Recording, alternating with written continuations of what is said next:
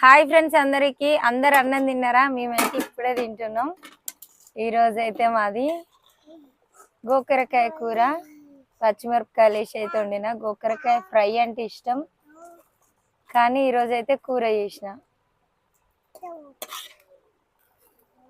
ఇద్దరు మా కోడన్లు, నేనైతే వండినాం ఈ కూర.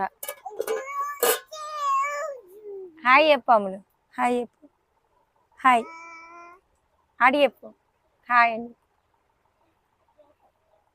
కూర ఎట్లుంది అమ్ములు? ఎట్లుంది? మంచిగా ఉందా లేదా? సూపర్ ఉందా? Thank you. మా కోడలు అయితే సూపర్ ఉంది అంటుంది కూర.